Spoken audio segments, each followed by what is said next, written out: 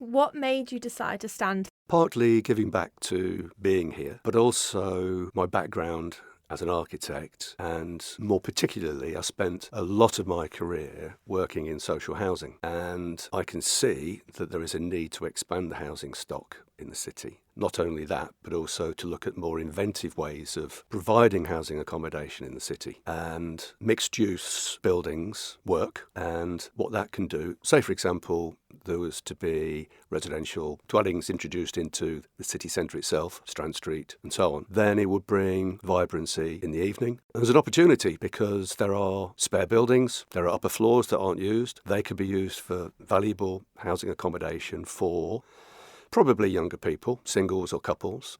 But that's a good way of providing accommodation, whether it's social, whether it's council-owned, or whether it's shared ownership or outright sale. It can all work. What are the key things on your manifesto that you'd like people to know? For the one I've just mentioned, the housing, the other thing we need to do is to make sure that the housing stock is looked after.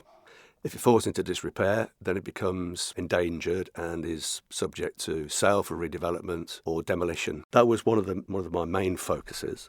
But also linked with that is to promote sustainable development and green energy initiatives. Better use of recycling. I know that we have a recycling centre. I use it, but I'm sure we can do more with it. And the other thing that's happening at the moment on the island is we're losing a lot of trees. Trees are the air that we breathe. They provide good air quality for us. And we're losing our mature trees, and we need to replace them, because if we lose our tree canopy, we lose that protection. Why not start in the city? Urban green spaces are important in the city, and we can make more of them. Plant some trees. So they were my main focuses. But also we need to make public more aware of what the council does. Make sure that the budget that we set and the way we spend it is transparent, and don't waste the money. There are other examples as well where we maybe need to spend more money. For example, we've been deprived of our weekly bin collection, and I think that should be reintroduced. What do you think you'll be able to bring to the role if you're elected? As I mentioned, my background is in construction industry, and as a business owner, I can bring a lot of business experience. I can bring the lessons that I've learned from my work as being in a parish council in Blaby.